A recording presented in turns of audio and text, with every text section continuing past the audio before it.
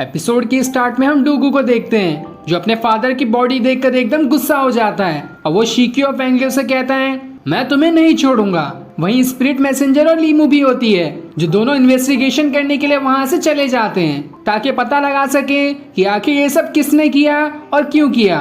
दूसरी तरफ हम शिक्यू, फेंगलियो और लिन को देखते हैं जहां लिन के साथ शिक्यू और फेंगलियो भी बंदी बन गए थे। तीनों बैठ के सोच रहे होते हैं कि आखिर हम यहाँ से कैसे निकलेंगे।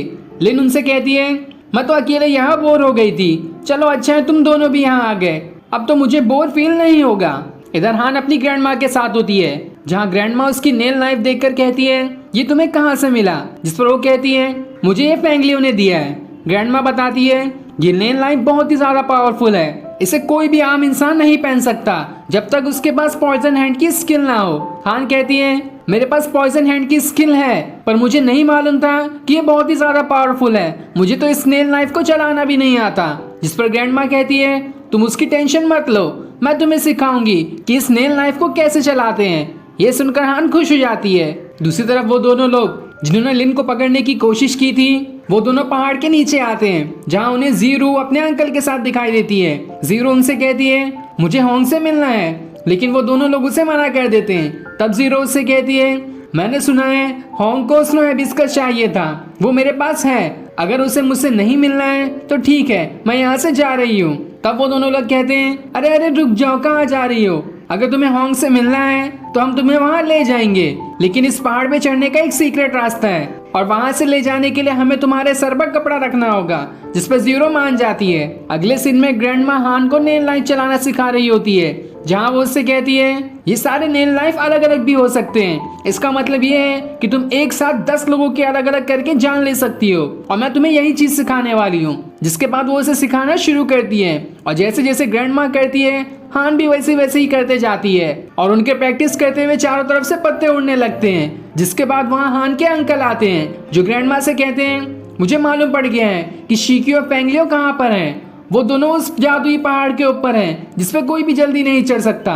ये सुनकर हान अपनी ग्रैंड माँ से कहती है मुझे जल्दी से जल्दी वहाँ जाना है। जिस पर ग्रैंड माँ उससे कहती है तुम नहीं जानती कि ये बहुत बड़ी चाल हो सकती है क्योंकि जीरो अच्छी लड़की नहीं है, वो जरूर तुम्हें फंसाना चाह रही है और तुम्हें उस जादुई पहाड़ का सीक्रेट भी नहीं मालूम। वो बहुत ही ज्यादा खतरनाक पहाड़ है और उस पहाड़ के अंदर एक बहुत ही खतरनाक चीज बंद है जिसे सोल टेकर कहा जाता है और वो बहुत ही खतरनाक इविल वेपन है और 1000 साल में सिर्फ 3 ही बार इस वेपन को देखा गया है। जिस पर हान उनसे कहती है आपको इतनी सारी चीजें कैसे मालूम। ग्रैंडमा बताती है कुछ साल पहले मैं भी उस पहाड़ की गार्डियन हुआ करती थी, लेकिन मेरे बाद होंग को उस पहाड़ का गार्डियन बना दिया गया। तभी आसमान में से एक स्टार गिरता है जिस वजह से चांद लाल कलर का हो जाता है। ये देखकर ग्रैंडमा एकदम हैरान हो जाती है और हैरान होकर वो कहती है लगता है जरूर किसी ने उस खतरनाक वेपन को कुछ गड़बड़ी करने की कोशिश की है, हमें सावधान रहना होगा। जिसके बाद ग्रैंडमा हान को लेकर उसी जादुई पहाड़ के पास आती है जहाँ हान को शिक्यू, फेंगलियो और लिन तीनों बेहोश दिखाई देते हैं। ग्रैंडमा उन्हें चेक करके हान से कहती है किसी ने जरूर इन्हें स्पिरिट वाटर दिया है और अगर इसकी दवा जल्दी नहीं मिली तो ये तीनों बहुत ही जल्दी कोमा में चले जाएंगे। ये सुनकर हान एकदम ज्यादा घबरा जाती है। जिसके बाद ग्रैंडमा हान से कहती है तुम यहीं रुककर इन तीनों की देखभाल करो, मैं पता लगाती हूँ कि आखिर यहाँ पे क्या हो रहा है। जिसके बाद वो वहाँ से चली जाती है। अब वहाँ स्पिरिट मैसेंजर और लीमू आते हैं जो दोनों भी शिक्यू, फेंगलियो और लिन को बेहोश देखकर एकदम हैरान हो जाते हैं। हान उन्हें बताती है कि इन्हें स्पिरिट वाटर दिया गया है। जिस पर लीमू कहती है मैं इन्हें चेक कर सकती हूँ, शायद मैं इन्हें ठीक कर पाऊँ। लेकिन हान को उसकी बात पर बिल्कुल भरोसा नहीं होता। उसे लगता है कि लीमू जरूर कुछ गड़बड़ करना चाहती है, इसलिए वो उसे रुकने कहती है, लेकिन लीमू नहीं सुनती। जिस पर हान उससे लड़ना शुरू कर देती है और उन दोनों के बीच काफी जबरदस्त फाइट होने लगती है। दोनों एक दूसरे पर लगातार अटैक करते जाते हैं और ये फाइट काफी ज्यादा लंबी चलती है जहाँ कोई भी एक दूसरे को हरा नहीं पाता। तभी वहाँ ग्रैंडमा आकर इनकी लड़ाई छुड़ा देती है और वो स्पिरिट मैसेंजर और लीमू को टूम रूम दिखाकर कहती है यहाँ पे एक इविल स्टार गिरा है, लगता है किसी ने उस खतरनाक वेपन में कुछ गड़बड़ी करने की कोशिश की है, तुम जाओ और चारों ग्रेट फैमिली के लीडर को इनके बारे में बताओ। जिस पर लीमू और स्पिरिट मैसेंजर कहते हैं जैसा आप कहोगी हम वैसा ही करेंगे। अब कुछ देर बाद वहाँ चारों ग्रेट फैमिली के लीडर्स आ जाते हैं। ग्रैंडमा उन सभी से कहती है आज से काफी टाइम पहले भी ये मामला उठा था कि किसी ने स्पिरिट वाटर की मदद से कई सारे लोगों की जान ले ली थी। उस टाइम तो हम सब ने मिलकर इस चीज को रोक लिया था, लेकिन इस बार वापस से स्पिरिट वाटर देखा गया है जो हमारे लिए टेंशन वाली बात है। हमें एक साथ होकर इसके पीछे जो है उसे सबक सिखाना होगा। साथ ही वहाँ एक डॉक्टर भी होता है जिसने शिक्यू, फेंगली और लिन को ठीक कर दिया था और उनके अंदर से जहर भी निकाल दिया था, जिस वजह से वो तीनों ठीक हो चुके थे।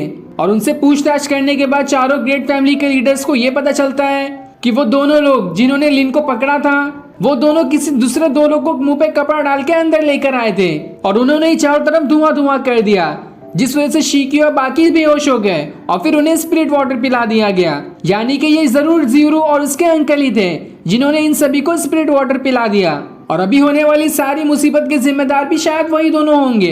ध्यानचंद कहता है मुझे जरूर शक है कि वो दोनों लोग ज़ीरो और उसके अंकल ही होंगे, इसलिए वो वहाँ पे लीमू को बुलाता है और उससे कहता है ज़ीरो ने स्पिरिट वाटर का यूज किया है, तुम उसे जाकर रोको।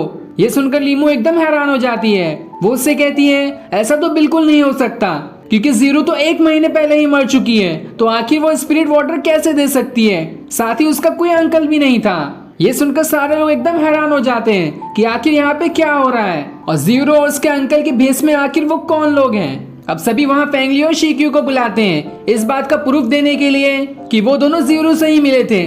फेंगलियो कहते हैं मैं ज़ीरो से मिला था लेकिन मैंने उससे पहले उसे कभी नहीं देखा है, उसने बस अपना नाम बताया कि वो ज़ीरो है, मैंने उससे फाइट भी की थी। ये सुनकर सारे लोग और ज्यादा हैरान हो जाते हैं कि आखिर 1 महीने पहले मरे हुए इंसान के साथ कोई फाइट कैसे कर सकता है। तब ग्रैंडमा कहती है चाहे वो जिंदा है या फिर मर गई है, अभी इस बात की टेंशन हमें नहीं है, बल्कि टेंशन ये है कि आखिर वो किस लिए यहाँ आई थी। मुझे लगता है वो जरूर उसी इविल वेपन के लिए आई होगी और अगर ऐसा है तो हमारे लिए बहुत ही बड़ी मुसीबत हो सकती है।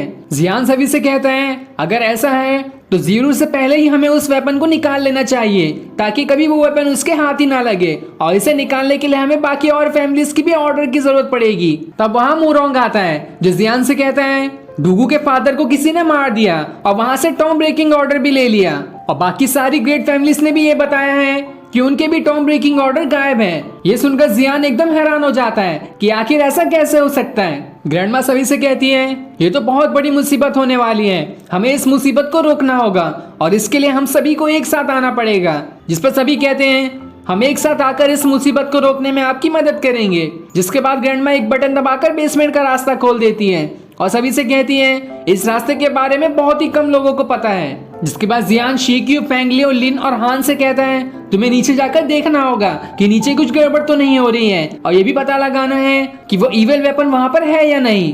जिस पर चारों लोग तैयार हो जाते हैं। अब सबसे पहले रस्सी की मदद से फेंगलियो नीचे जाता है, लेकिन जैसे ही वो नीचे आने वाला होता है नीचे जमीन पे बहुत सारे ब्लेड लगे थे जिसके अंदर से स्वॉर्ड निकलकर उसे लगने ही वाली होती है, लेकिन फेंगलियो खुद को बचा लेता है। जिसके बाद वो वहां लगी कई सारी स्वॉर्ड को काट देता है और बाकी से कहता है यहाँ का रास्ता साफ हो गया है, तुम लोग भी नीचे आ सकते हो। जिसके बाद शिक्यू नीचे जाता है। फेंगलियो उससे कहता है मेरा स्नो हिबिस्कस भी नहीं है और तुम्हारे पास जो ऑर्डर है ये भी नकली है, जरूर जब हम बेहोश हुए थे तब ज़ीरो ने इसे बदल लिया होगा और इसी वजह से उसने हमें बेहोश भी किया था। जिसके बाद वहाँ लिन और हान भी आ जाते हैं। लिन शिक्यू का कान पकड़ के कहती है तुम्हें पहले जाने की क्या जरूरत थी, मुझे अकेला ऊपर छोड़ दिया, आगे से ऐसा किया तो मुझसे बुरा कोई नहीं होगा। इस पर शिक्यू से माफी मांगते हुए कहते हैं अरे अरे अब तो मुझे छोड़ दो, मुझे बहुत ही ज्यादा दर्द हो रहा है। जिस पर हान आकर उसे छुड़ा देती है। तब लिन मुंह फुलाकर वहां से चली जाती है। जिसके बाद सभी आगे बढ़ने लगते हैं और सबसे पहले हान अपनी पावर की मदद से आगे के कई सारे ट्रैप्स को कट कर देती है जिससे रास्ता साफ हो जाता है और बाकी फिर उसकी मदद से आगे बढ़ने लगते हैं। दूसरी तरफ हम शाओजैन को देखते हैं जो वूजी के दूसरे भाई को मार देता है। ये देखकर वूजी एकदम हैरान हो जाता है। जिसके बाद शाओजैन अपना मास्क हटाता है जो कि सुओ था। तब उसे देखकर वूजी के पसीने छूट जाते हैं। सुओ उससे कहते हैं तुमने थोड़े दिन पहले मेरे बहुत ही सारे सिपाहियों को मार दिया था, इसका बदला तो मैं तुमसे जरूर लेकर आऊंगा। तभी वहाँ सुओ के बाकी सिपाही भी आ जाते हैं। ये देखकर वूजी वहीं से झरने के नीचे कूद जाता है और उसके नीचे कूदकर वहां से भाग जाता है। दूसरी तरफ फेंगलियो और हान दोनों आगे आ जाते हैं। तभी उन्हें वहाँ कोई दिखाई देता है, इसलिए वो दोनों उसके पीछे चले जाते हैं। जिसके बाद वहाँ शिक्यू और लिन आते हैं। उन्हें वहाँ पे वो दोनों में से एक आदमी दिखाई देता है जिसने लिन को पकड़ा था, इसलिए वो दोनों इसके पीछे भाग जाते हैं, जिस वजह से शिक्यू और लिन अलग हो जाते हैं और फेंगलियो और हान अलग रास्ते से चले जाते हैं। इधर फेंगलियो और हान आगे बढ़ते हुए एक कमरे के अंदर आ जाते हैं जहाँ का दरवाजा अपने आप बंद हो जाता है और ऊपर किसी तरह की मशीन लगी हुई थी जिसमें से ब्लू रंग की रोशनी निकलने लगती है।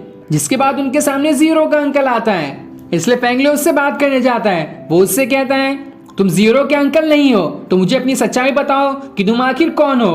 जिस पर वो अंकल कहता है इस टॉम के अंदर जो बंद है वो मेरा भाई था और उसी के पास वो इविल वेपन था जिसे तुम लोगों ने टॉम के साथ ही बंद कर दिया।